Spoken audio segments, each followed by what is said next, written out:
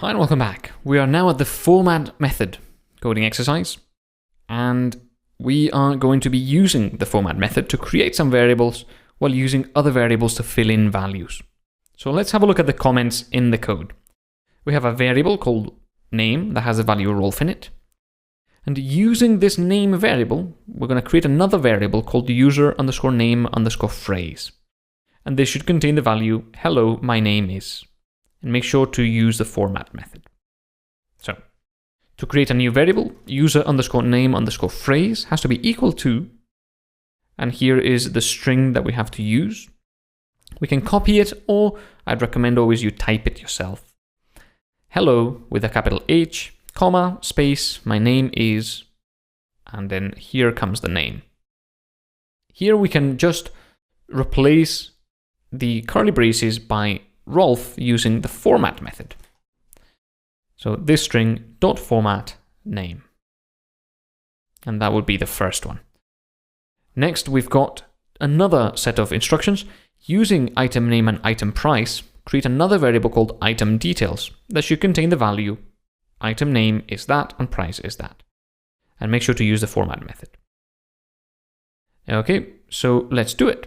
Item details is going to be item name, colon, space, comma, price, colon, space, that, dot format. And now you can guess what comes here. Item name, item price.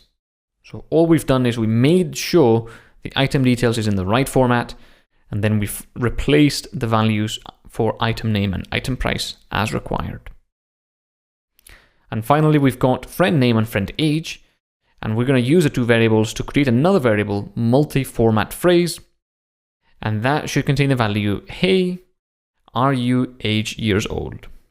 So make sure to use the format method and try to use named arguments. So we've looked at named arguments in the format method. Let's have a look. Multi-format phrase is going to have, hey, are you age years old? And now we're going to use the format method. And we can put the friend name first, and that's just going to replace as normal for the first set of curly braces.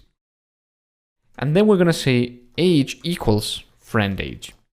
And that is going to replace for the set of curly braces that has age in it. So friend age is going to go in there. Naturally, because the code checker is only checking whether this variable has the right value, you could just delete that and delete that if you want. I wouldn't recommend it though. This is good training for how this method works. So I'd recommend you stick to that. Try to use the format method everywhere that you require string formatting. It's a really powerful thing, and it will make sure that you remember how to use it when you do need it. So that's it for this video. Let's check the solution. And there you go. We've got everything correct. We've created our three variables, and now we've looked at revised how to use the format method.